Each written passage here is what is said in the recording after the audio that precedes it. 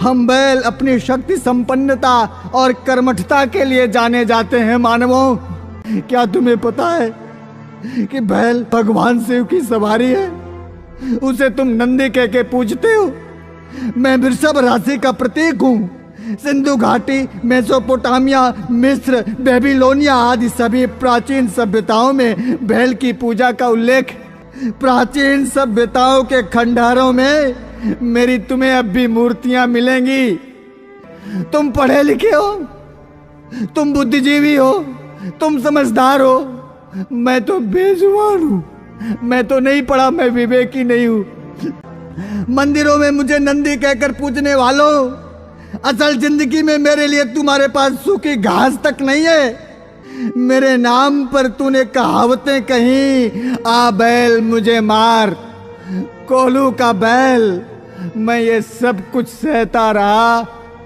आज तक मैंने तुमसे कुछ कहा क्या? जब तुम्हारे पास इंजन नहीं थे तो तुम्हारी मालगाड़ी हम ही खींचा करते थे। तुम्हारे वेद मुझे धर्म का अवतार मानते हैं और मेरी माँ गाय को विश्व की माता कहते हैं।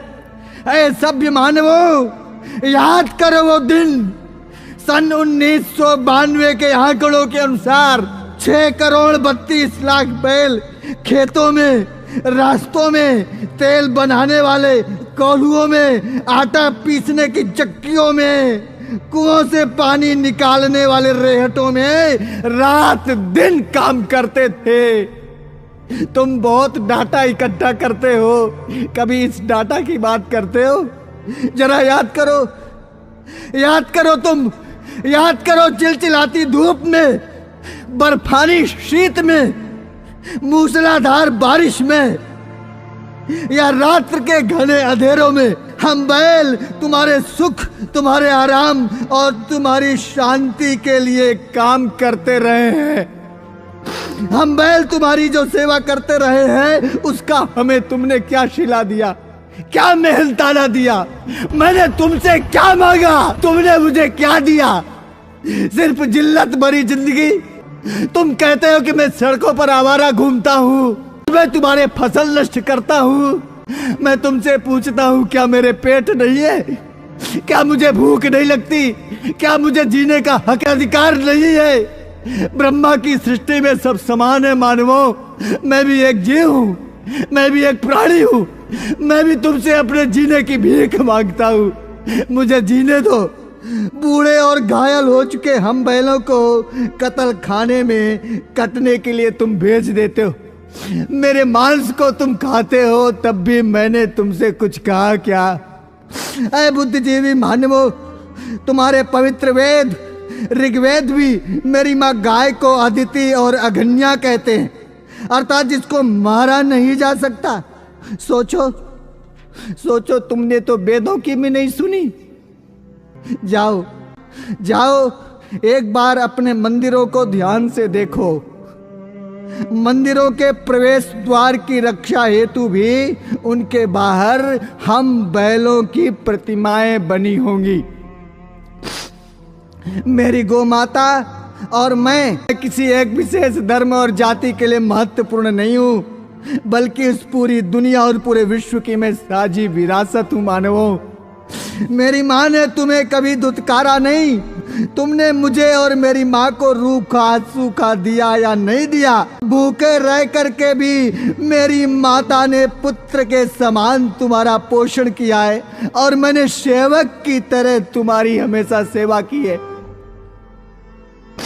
गोपाष्टमी तुम हमारे लिए मनाते हो, गोवर्धन पूजा हमारे लिए करते हो, भगवान कृष्ण हमारे लिए अवतार लेते हैं। हे यदुवंशियों, तुम कहते हो कृष्ण के मुझे सपने आते हैं। रात में हम पे आए थे, रात में हमारे सपने में आए थे भगवान कृष्ण जी, कह रहे थे आपकी सरकार बनने वाली। जरा उस कृष्ण से पूछो।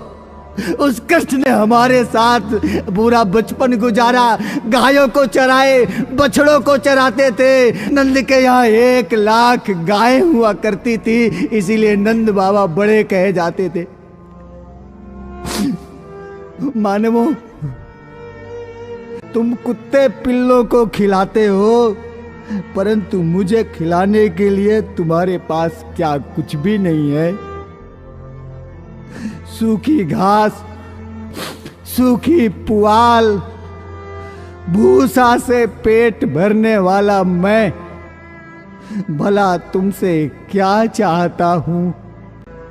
बताओ, बताओ मेरा अपराध क्या है?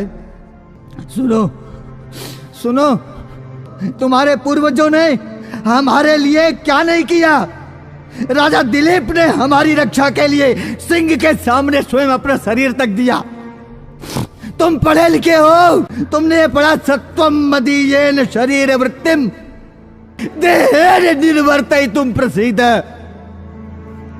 दिनावसानो सुखबाल वत्साम विसृज्यताम धेनुरियम महर्षि। ऋषि वशिष्ठ ने मेरी रक्षा के लिए विश्वामित्र से लड़ाई लड़ी। जमदग्नि ने स्वयं अपने प्राण न्यौछावर किए, वो भी तुम भूल गए।